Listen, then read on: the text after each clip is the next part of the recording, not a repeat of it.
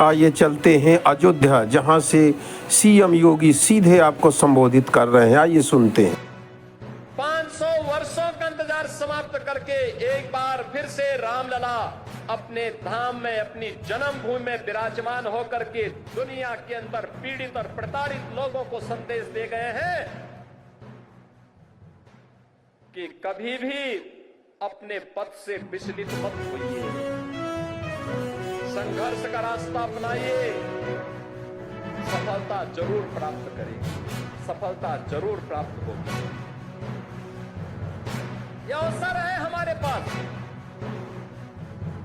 उन सभी आत्माओं को स्मरण करने का जिनका पूरा जीवन राम जन्मभूमि आंदोलन के लिए, प्रभु राम की कृपा का प्रसाद प्राप्त करने के लिए समर्पित था।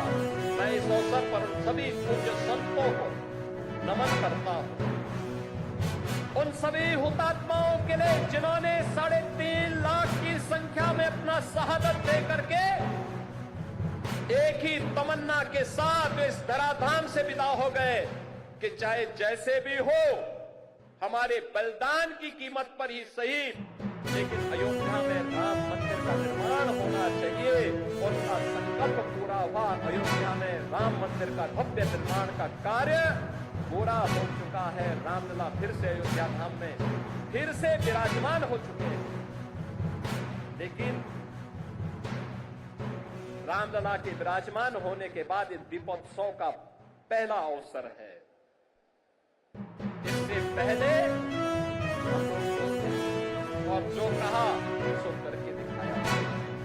बहनों और भाइयों, ये डबल इंजन की सरकार जो बोलती है वो करके दिखाती है। अकेले अयोध्या धाम के विकास के लिए,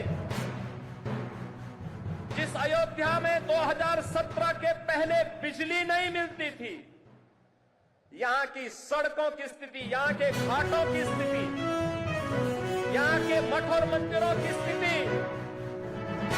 और जिन लोगों ने राम को ही उपेक्षित कर दिया था और जिन लोगों ने भगवान राम के अस्तित्व पर ही प्रश्न खड़ा किए थे, वे केवल भगवान राम के ही अस्तित्व पर प्रश्न नहीं खड़ा कर रहे थे, वे सनातन धर्म के अस्तित्व पर प्रश्न खड़ा करते थे।